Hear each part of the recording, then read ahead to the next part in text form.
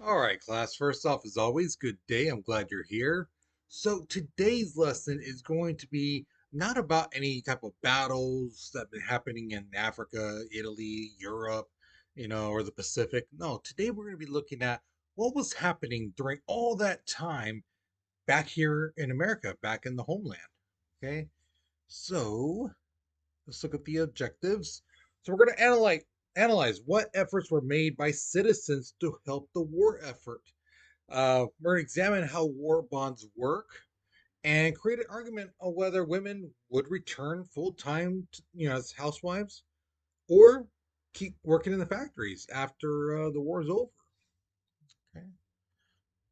So here is your warm up picture. Now, the question asks you, what is the subliminal message in this uh, warm up picture? Okay. Now, thing is, I realized kind of a little too late after making this. It actually happened in class today that a lot of you guys don't know what the word subliminal means. I thought I gave that word as a vocab word some time ago, but apparently I didn't, and I do apologize for that.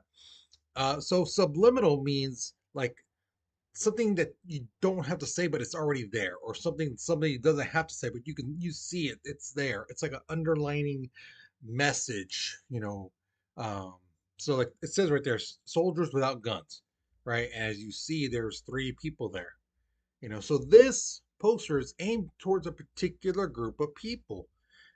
Now, what do you think they're trying to say? Besides, soldiers without guns. What are they really trying to say? That's the subliminal message, you know. And so look, like I told the students, look at their posture, look at their demeanor, the way they are, the way they're standing, how they're right there, you know. Um, so what do you think they're trying to say without saying it to this particular demographic of people? Okay, so think about it, write your response, okay, because we're moving on in three, two, one. So, with the shortage of workers, because remember, a lot of the guys either volunteered or were drafted into the war. Now, that's one thing too I wanted to start off with is a lot of people tend to think that every guy who signed up, who went to war during World War II, signed up for it. No, not every guy. You know, were there a lot of men who signed up after Pearl Harbor? Absolutely, absolutely. But were they all like that? No, there was a draft needed because some guys didn't sign up and they needed soldiers to fight. So with that being said, now the US government, the war industry, and basically large businesses were like, well, now that all these guys are gone, we need workers. We need workers to make the country move and things like that. So basically, they looked and said, you know what, we can't have children workers anymore. That was wrong. That we did like 40 years ago, 50 years ago. That was just wrong. So no. Then they started looking at the elderly. It's kind of like, no, not the elderly. Yeah, there might be some things that they can do, but like heavy lifting and some of that, no. So the obvious choice was women. Women were the most obvious choice, and you have to remember at this time women were doing jobs like staying at home, being the housewife, taking care of the kids, making dinner, cleaning up. Now did some women have like a side job? Absolutely. Some women washed clothing. Some women were maids, part-time maids and stuff like that. Some did some, light work, working at a grocery store, things like that. But nothing hard, heavy duty stuff type of stuff. But when the war came, this is the time when these women were basically asked, we need you to do hard work, like really, really hard work. Now, again, don't want to make it sound like sexist or anything, saying that a woman's job is not hard as a housewife. So it is. I understand that.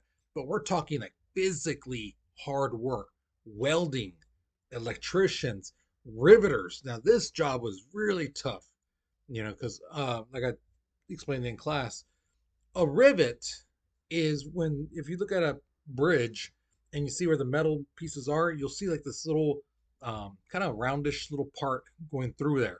That's a rivet. Okay.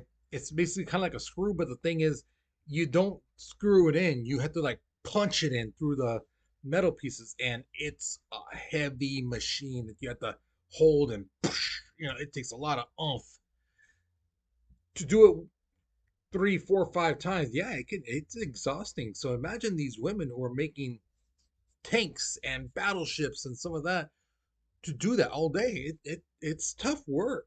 And 6 million women joined the war effort because you have to remember a lot of them, they have brothers, husbands, cousins, people they care about, fiancés, boyfriends, who have gone to war, and they saw this as, this is my way to help them. And the thing is, some of them knew it, but I don't think they really grasped it, that the things that they were making, the tanks, the battleships, the guns that they were making, were going to their guys. So really, they really did have an effect. Now, like I explained in class, because the student kind of mentioned it a little bit, but I got what they were trying to say, and that was, well, why is everything being built here? Well, because you have to remember, in Europe, in other parts of the world, the war is going on. The Nazis and some of that, if they didn't have control of the factories, they basically try to destroy it so that nobody can use it. You know, so that was their thing. So the only place that was basically unscathed, who is part of the war, is like us in Canada. So that's why it was important. So the defense industry called these women who went to work Rosies, or as the Riveter, Rosie the Riveters. Okay. So there might be a chance, like your great grandma, you know, if she had a nickname like Rosie, people called her Rosie, but her name's like Guadalupe, or, Heather, but people called her Rosie. There's a chance that she probably was one of the women who worked at these places making tanks, planes, warships, and things like that. And they just took that nickname, Rosie. You know, there was a song released that had the term Rosie that encouraged women to work. So that term became more and more used. And again, that poster you see right there, which hangs in my classroom, you can see it right behind me on my desk. It's immortalized. Women have used this image as like to show independence and inclusion, like we can do it, we are part of the workforce and things like that. um yeah, since 1945, actually, like more like 43, 42. you know Now the thing is, um I've had students in the past ask me, well, who drew that? I was like, well, that's the artist. There is an artist, and you can see their name right behind Rosie, but the person is a real person. It's not just somebody who the dude made up. She was a model. Her name was Naomi Parker Fraley, and if my memory serves me right, she died like only like 10 years ago, no more than 15, I don't believe. So yeah. Now, one of the biggest things that was asked of citizens during this time, during the war, was sacrifice. Sacrifice played a huge role. Okay, and we're gonna get that's what basically from here on out to the end of the lessons really about. Because the thing is, feeding our soldiers was a problem because we weren't just feeding our soldiers; we were giving food to Britain and France, Belgium, places like that, who basically were taken over by the Nazis. And Nazis, in some places, destroyed the farmland. So that people took it was going to take a while for them to grow food again and stuff like that. So wartime rationing began in the spring of 1942. Now, um, I did give this vocab word out before, but just in case you forgot, because it was several months ago, just in case you forgot, rationing is when you limit yourself or others. Um, and that's exactly what it was. There was a limit on things like gas, food, and clothing.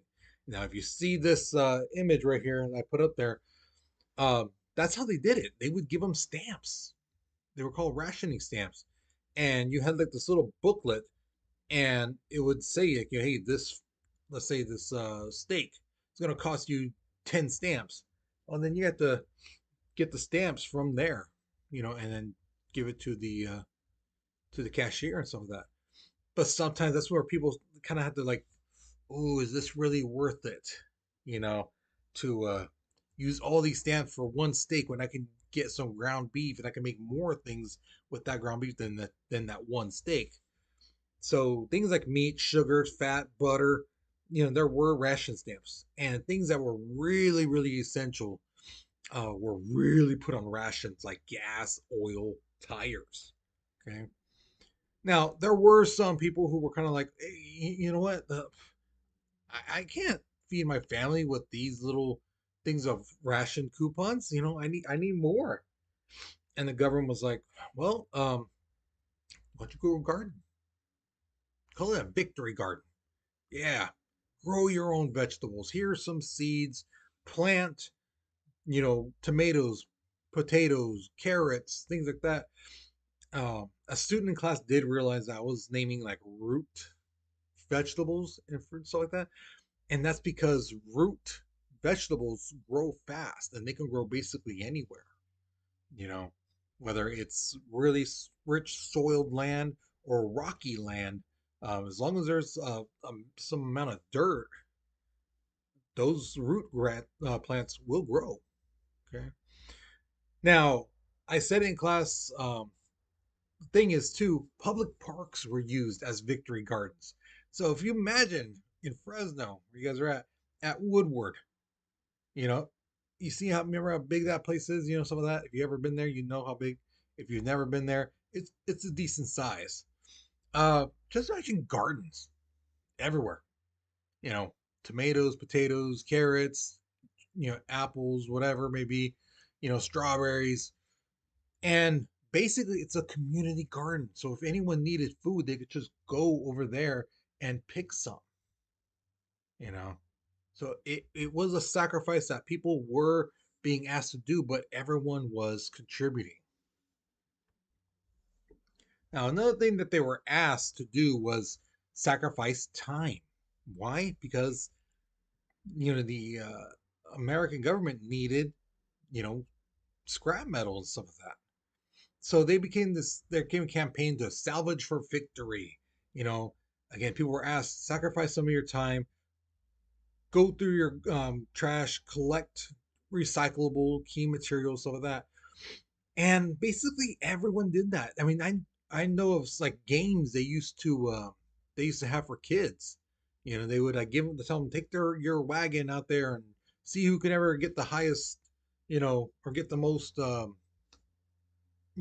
salvage, scrap metal parts and stuff like that. Who can get the biggest tower, things like that.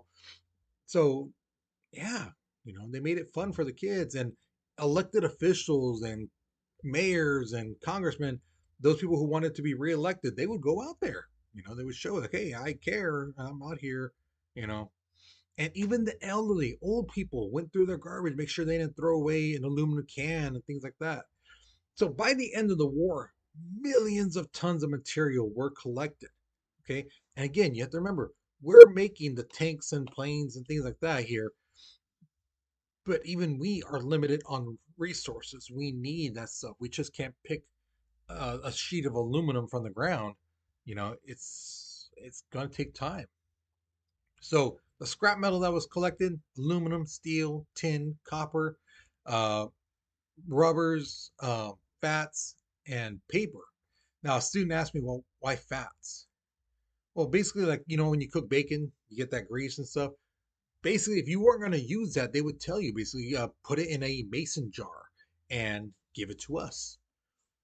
Basically, the government was going to do was take that and uh, basically clean it and use that as a type of lubricant, for whatever. Because remember, sometimes metal has to be on metal, so they had to. You can't just put it in there straight in because it's gonna squeak, it's gonna scratch, it's gonna bend.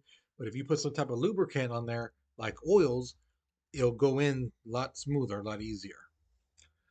So what was the scrap metal used for, guys? bombs, ammunition, tanks, guns, battleships, anything really. The rubber that they collected, we used to make gas masks, life rafts, tires, and tires they made it for all variations. Jeeps, trucks, planes, bombers. Now, a student did say in class, I don't know if they were just joking or not. Like, they go, what's the difference between a Jeep tire and a bomber tire? There's a big difference. A Jeep tire can take like a half ton amount of weight, maybe, maybe 2, 3 tons. Let's just say. Um, a bomber can take several tons quite easily. They can carry Jeeps, you know, they can carry a good amount of Jeeps. So yeah, those tires need to be strong, thick, and be able to grab traction to get the plane moving. Now, war bonds were a debt instrument issued by the government to borrow money from people for its defense initiative and military efforts. Okay, here's the thing: um, war bonds was not a money making scheme. And a student did ask me earlier today, why did we just print more money? Because when you print more money, you devalue your dollar.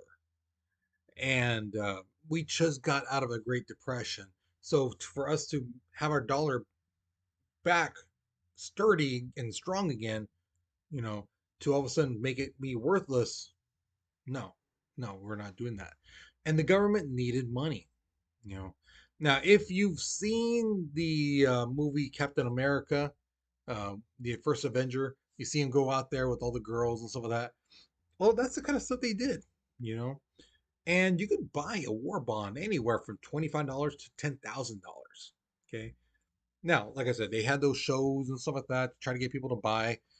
They did have radio and newspaper ads, but the most effective things that really got people to buy war bonds were like that picture you see up on there with the guys lifting the flag.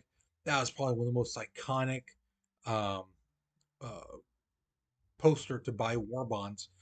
And film stars. Before a movie, back in the day, they used to show like two movies for one ticket. Like they would call it a double feature. So either before the first movie, or during, right in between the two movies, or even both, they would have somebody come out like Clark Gable. I'm sure you guys don't know who he is, but he come out and be like, "Hi, I'm Clark Gable. Well, this and that. I started in this movie and this movie. Now I'm doing my part in the war effort by buying a war bond. I suggest you do the same." Things like that. Um, and other, actors, actresses, musician, athletes would do these little promos to get people to buy war bonds. Have special events like that, in that Captain America movie. They would show up to special events and try to get people to buy war bonds. Okay. Now, like I said, it was not a money making scheme. Okay. This thing was not one of those things where if you're like, oh, I'm only going to buy it if I get money out of it. Again, that's not what the whole purpose was. It's, again, sacrifice. The interest rates were really, really low. So, just to give you an idea, a $500 war bond, if you bought it in June 1942, it would only be worth like $1,900, basically a little under $2,000. And that's this as of this month. Um, Actually, I think it was like April 28th is when I checked. April 28th of 2024. And yeah, it's not that much. But again, it wasn't the whole point of buying one of those to make money. It was to do your duty in helping the war effort, lending the government some money so they can buy things and, you know, do what they got to do. Okay. So that should be the end of this lesson. So hopefully you learned something new. Hopefully you enjoyed this lesson. Um, Now, don't forget, guys, your projects are due next class. So uh, please, please, please do not like procrastinate and be like, oh, well, I'll just do it when I'm done. Because remember, the school year is rapidly coming to an end. And just because you're, oh my gosh, I got like a week to turn it in, I'm gonna hurry up and do it. It doesn't mean I have to hurry up and grade all my stuff to grade your stuff. No, I'm gonna get. I know I'm gonna get a ton of work to grade because I have a lot of you guys who wait till last minute. And if I get to yours, I get to yours. If I don't, I'm sorry, I can't get to it. You know, do you? I mean, I'm giving you guys a whole month to get this done. Even told you guys to take it home to get it done, and a lot of you guys haven't. So I don't know what else to say. You know. So again, if I get to it, I get to it. If it's not, sorry. You shouldn't have been procrastinating. You know, or forgetting about it. And I've been mentioning every class at the end during your guys' station time. Do your vocab, your Native American code decipher paper, and the project.